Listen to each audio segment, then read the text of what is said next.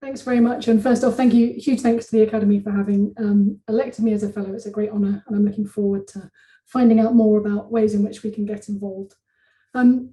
So as you just heard, I'm going to be talking to you about our work on brain plasticity. So my group's interested in studying brain plasticity. It's a process that occurs in lots of different contexts. So when we learn a new skill, we change our lifestyle, if we adapt to changes in our bodies, such as limb amputation, or recover from damage to the brain, such as stroke.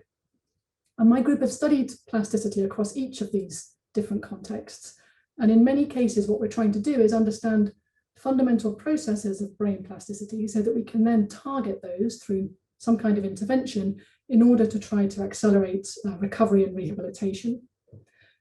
For the purposes of today's talk, though, I'm just going to focus on one small bit of the work that we've done, so I can tell you a bit about the science behind it, and it's more at the discovery end of the work that we do.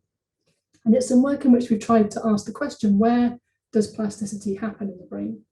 And I'm sure many of you are familiar with the idea that plasticity happens at the synapse, at the connection point between neurons. And the processes of synaptic plasticity have been incredibly well described. There's decades worth of research. We understand these processes very well, and it's very clearly established that synaptic plasticity plays a key role in learning and memory in the brain.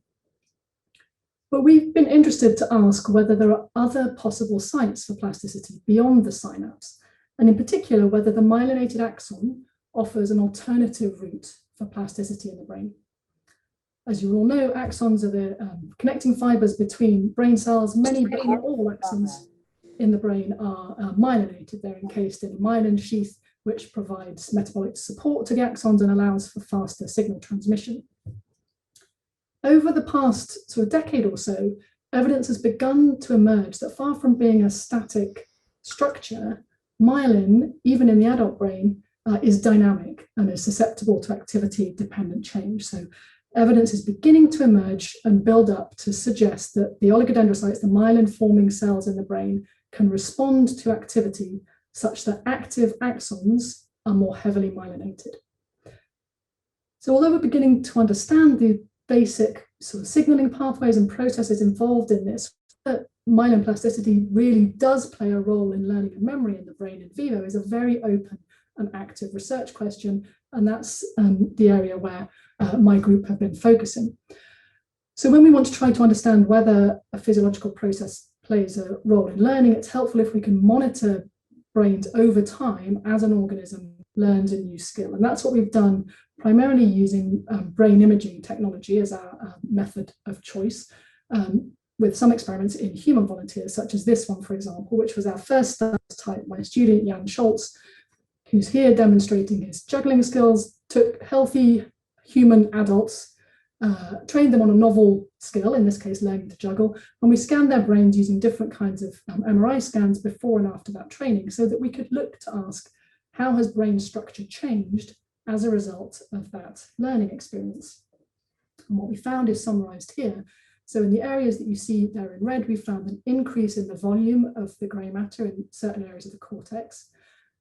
Interestingly, these are areas in the medial parts of the occipital and parietal lobes, brain regions that we know to be especially important for reaching and grasping for objects in the periphery of visual space. So a specific cognitive process that's obviously relevant to the particular task being trained here.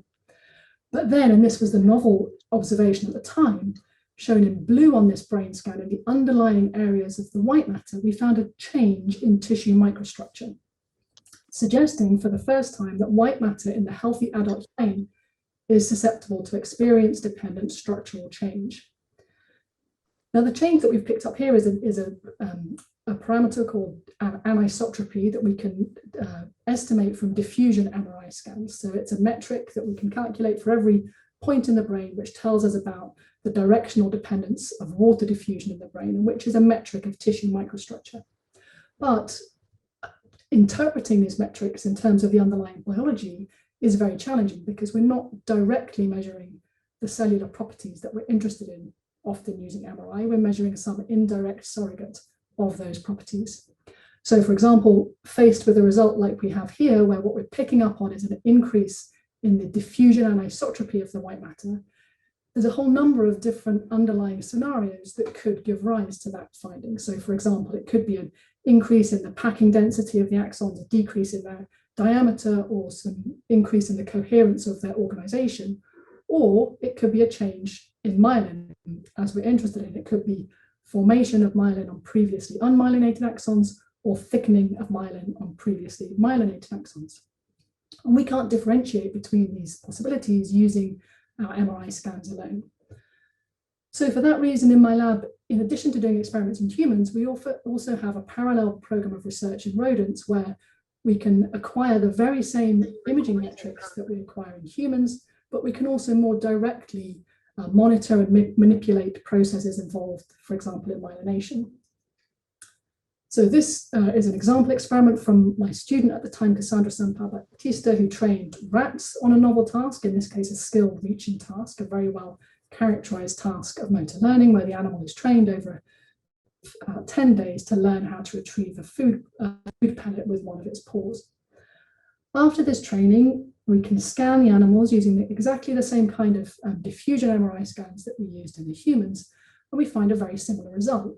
The area shown in red here, we find an increase in anisotropy here in the white matter underlying the forelimb motor cortex in the trained hemisphere of the rats. But then the whole point of doing the experiment in rodents is that we can then follow up with other kinds of measurements. For example, here, immunohistochemistry, staining for myelin basic protein, where we can show that in that same area of white matter, there's a density of myelin, suggesting that at least some of the changes that we're picking up with our non-invasive imaging techniques, where we detect changes in white matter structure with learning, might indeed reflect myelin plasticity. What extent does the apparent change in myelin that we're observing here play a causal role in learning and memory? Here we need to somehow interfere with that process of myelin plasticity and see what consequence that has for learning. And here we've benefited greatly from collaboration with Bill Richardson at UCL, a fellow here at the Academy, who I think is on the call.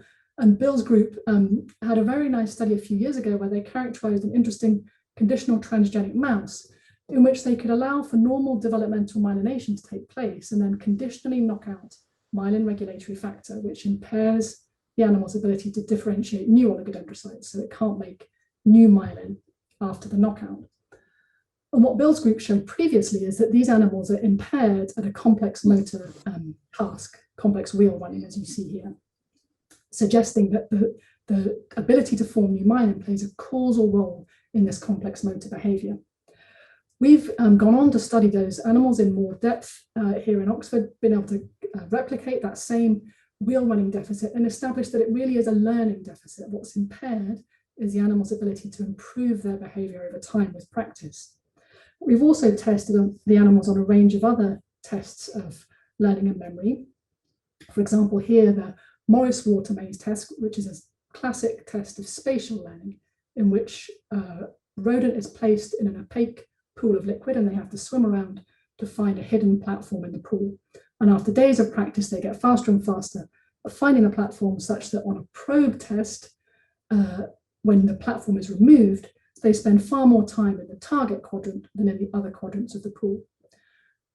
And when we test these knockouts compared to controls a day after they've been training on this task for 10 days or so, you can see that actually the knockouts are just as good at the controls at remembering the location of the target. So they seem unimpaired at the initial learning of this spatial task.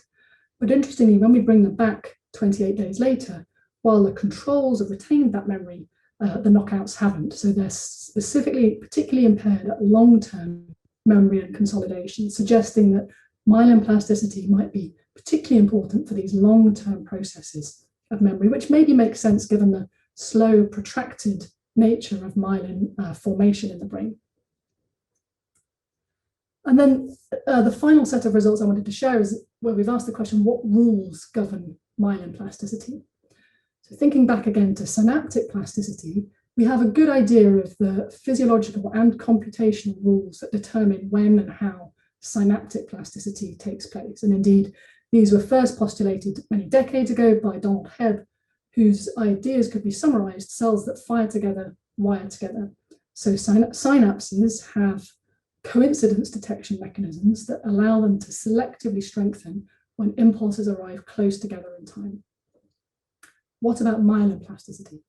So we know that oligodendrocytes sense activity along an axon, but do they simply strengthen their axons depending on the number of impulses, for example, that are passing down them? Or do they somehow know about the downstream consequences of those impulses? So to test these possibilities, my student Alberto Lazzari contrasted a Hebbian type of plasticity induction protocol to a non-Hebbian protocol using a kind of non-invasive brain stimulation that we can apply in humans. So we can use magnetic pulses to stimulate pairs of cortical areas in quick succession. Here, for example, the premotor cortex in one hemisphere and the motor cortex in the other hemisphere. And we apply these pairs of pulses either in a Hebbian protocol close together, or the very same pulses applied in a non-Hebbian protocol far apart. And we already know that physiologically, it's specifically this Hebbian protocol that strengthens this pathway physiologically. The question is, how does that translate into myelin plasticity? Does the myelin plasticity care about the type of stimulation that's being applied? And we can test that here using another kind of MRI protocol, a more recently developed protocol that is more selective and specific for myelin quantification. We can ask, to what extent does any change in myelin following this plasticity induction protocol relate to the strengthening of the pathway physiologically? And what we find is that in the areas that you see here in red, so when we ask this question across the whole brain, we specifically pick out the pathways between these stimulated areas where the functional strengthening of that pathway with paired stimulation correlates with myelin plasticity, but only when the stimulation is Hebbian. So this does suggest that just like synaptic plasticity, myelin plasticity, this new complementary type of plasticity that's emerging in the brain, does indeed seem to follow these Hebbian plasticity induction rules.